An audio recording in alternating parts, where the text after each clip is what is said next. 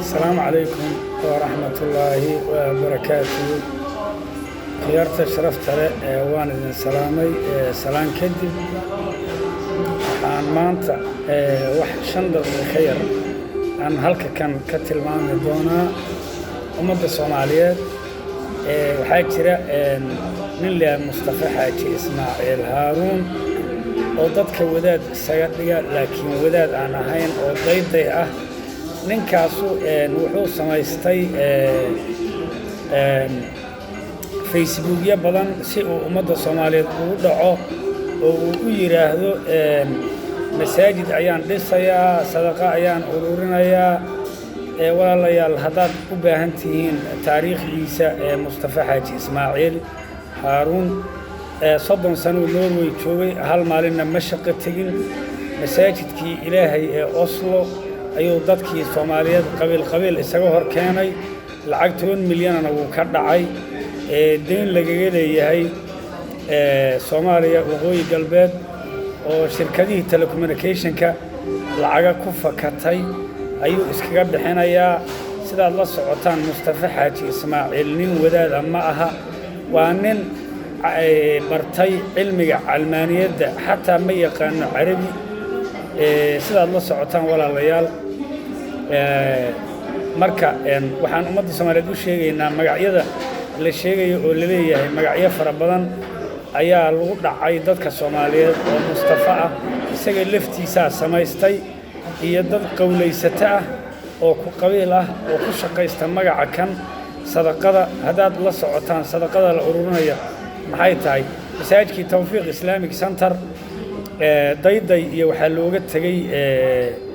mooryaantii macnaheedu horumarada saarna Soomaaliya dadkana soo laayay soo qaxiyay Mustafa Xaaji Ismaaciil hadda la socotaan walaalayaal wuxuu ka soo jeedaa waqooyi galbeedna waxa haysta waan ognahay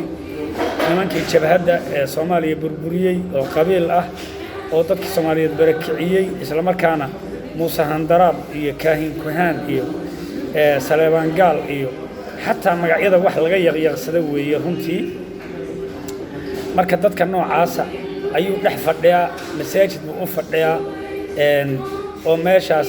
xumaanta iyo qaniisnimadka iyo qaxaabadaha ka socda iyo maaragtay tumashada iyo diin la'aanta waxaas uu raali ka yahay lacagtii Tawfiiq Islamic Centerna wuu dhacay waad la socotaan walaalayaal marka ninkaas waa run علي حرارة يضرب فربنا بسوق جدي waxa weeyaan qofka mu'minka ah waa la yaqaanaa laakiin munaafiqa lama yaqaano darbu ku soo qaadanaya khamiis buu ku soo xiranayaa wuxuu ku leeyahay adeer de malaa'ig ma aha ninka leeyahay Mustafa Xaaji Ismaaciil qofkii u haysto la huwa malak muqarrab lillah wala huwa nabiyyun mursal midna ma aha waa bini aadmi futaka xara oo waliba dayday ah isla markaana dawladdii Maxamed Siyaad Barre dadkii burburiyay ee xabashada hubka ka soo qaatay ee Soomaaliya kala qaybinaya waaye waa la og yahay calan Iiraan laga keenay oo 3 qaybooda ayuu hoos fadhiyaa ninkaas hadduu nin wadaad yahay iskuulaadka Kiristaanka ee xataa dadka juhalada ee coldoon ay ka hadlayaan buu ka hadli lahaa rabaaso iyo abaarsi iyo kaniisadaha laga dhisay iyo qaniisiinta ku soo badanaya qaxaabadaha ayuu ka hadli lahaa ninka leeyahay Mustafa Xaaji Ismaaciil Haaruun hadduu nin wadaad yahay adeer haddaanu nin wadaad uma aqaan nin iidoor ah wadaad anu uma aqaano waxa weeyaan Mustafa Xaaji Ismaaciil Haaruun Mustafa Joker Maxamed Diri ninka leeyahay Aadan Siiro Khaliil Dayday iyo ninka leeyahay Aadan Siiro ugu daran iyo xataa cali warsamihii itixaadka aasaasay oo hadda sariir ku ururay oo maaragtay dagaaladii kalshaali iyo meel walba u fadwoonayay marka anuu ummadda Soomaaliyeed Axmed Nuur Baaliyaada Norway baan deganahay waa la yaqaanaa YouTube ayaan u furtay in la xalliyo dadkii diiday in la xalliyana waxa ka ah ninka leeyahay Mustafa Xaaji Ismaaciil Haaruun Ali Maxamed Saalax ديرية اللغة ديرة أحمد أبو بكر عمر عداني قيس يوسف ننك اللي يراهدو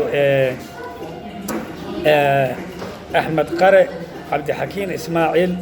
فؤاد قبيلي intaas ayaan maaragtay idinku soo gebagabaynayaa lacagtuna waa run ninkan sidiisa waa cabdudinaarna faa'iido male cabdudirham cabdudoolar waxa weeyaan isaga iyo raggaasaa burburiyey masaajidkiina waa la xidhay lacagaha marka la ururinayo ummadda Soomaaliyeed waxaan leenahay hal shilin yaan la bixinin wasalaamu calaykum waraxmatullaahi wabarakaatuh